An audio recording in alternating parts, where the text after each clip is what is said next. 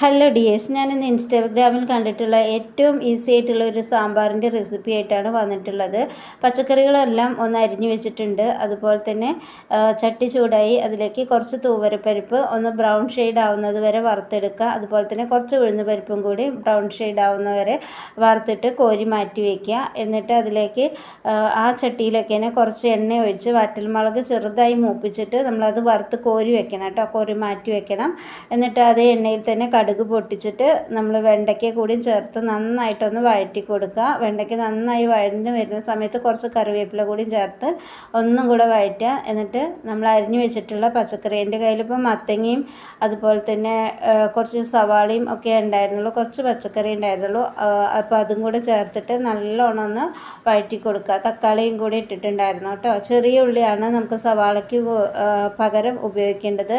അതുകൊണ്ട് തന്നെ കുറച്ച് കൂടുതൽ ടേസ്റ്റ് കിട്ടും ചെറിയ ഉള്ളി ഉപയോഗിച്ചാൽ. എൻ്റെ കയ്യിലിപ്പോൾ ചെറിയ ഉള്ളി ഇല്ലാത്തതുകൊണ്ട് ഞാൻ സവാള ഇട്ടു എന്നേ ഉള്ളൂ. നിങ്ങളുടെ കയ്യിൽ ചെറിയ ഉള്ളി ഉണ്ടെങ്കിൽ അത് ഇടുക കേട്ടോ.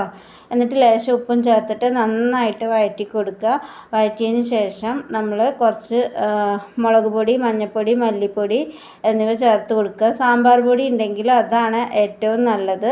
അപ്പോൾ എൻ്റെ കയ്യിലിപ്പോൾ സാമ്പാർ പൊടി ഇല്ല, അപ്പോൾ ഞാൻ മുളക് പൊടി, മഞ്ഞൾപ്പൊടി, മല്ലിപ്പൊടി ഇട്ടിട്ട് നന്നായിട്ട് മിക്സ് ചെയ്ത് കൊടുക്കുക കേട്ടോ. നല്ലോണം മിക്സ് ചെയ്ത ശേഷം നമ്മൾ നേരത്തെ വറുത്ത് കോരിയിട്ടുള്ള ഉഴുന്നുപരിപ്പും തുവരപ്പരിപ്പും കൂടി ഇല്ലേ, അത് മിക്സിയുടെ ജാറിൽ ഇട്ട് നന്നായിട്ട് പൊടിച്ച് മാറ്റി വെച്ചിട്ടുണ്ടായിരുന്നു. ആ പൊടിയിൽ നിന്ന് 2 ടേബിൾ സ്പൂൺ മാത്രം ഇട്ടു. ചെറിയ സ്പൂണല്ല, ടേബിൾ സ്പൂണാണ് കേട്ടോ. ഒരുപാട് അധികം ഇടരുത്, കുറച്ച് മാത്രം ഇട്ട് കൊടുത്തിട്ട് അതിലേക്ക് പുളിവെള്ളം ഒഴിച്ചിട്ട് നന്നായിട്ടൊന്ന് തിളപ്പിച്ചെടുക്കുകയാണ് കേട്ടോ. നല്ലോണം ഒന്ന് തിളപ്പിച്ച് കഴിഞ്ഞാൽ നല്ല ഈസി ആയിട്ടുള്ള സാമ്പാർ റെഡി ആയിട്ടുണ്ട്. അപ്പോൾ ഞാനത് വെയിറ്റ് ചെയ്യാണ്. പുളിവെള്ളം ഒഴിച്ചിട്ട് എല്ലാ സാധനങ്ങളും ഇപ്പോൾ ഓൾറെഡി ഇട്ട് കഴിഞ്ഞിട്ടുണ്ട്.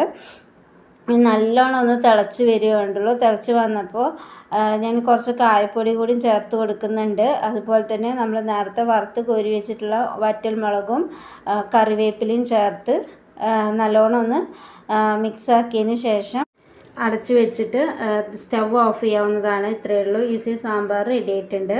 അപ്പോൾ ഇതൊക്കെ നേരം വൈകിയ സമയത്ത് നമുക്ക് പെട്ടെന്ന് ഉണ്ടാക്കാവുന്ന സാമ്പാറാണ്. എന്നാൽ ടേസ്റ്റിൻ്റെ കാര്യത്തിൽ ഒട്ടും പുറകിലല്ല കേട്ടോ. അപ്പോൾ ഇത്രയേ ഉള്ളൂ ഈസി സാമ്പാർ. സൂപ്പർ ടേസ്റ്റായിരുന്നു. നിങ്ങളും ട്രൈ ചെയ്തിട്ട് ഫീഡ്ബാക്ക് അറിയിക്കണേ.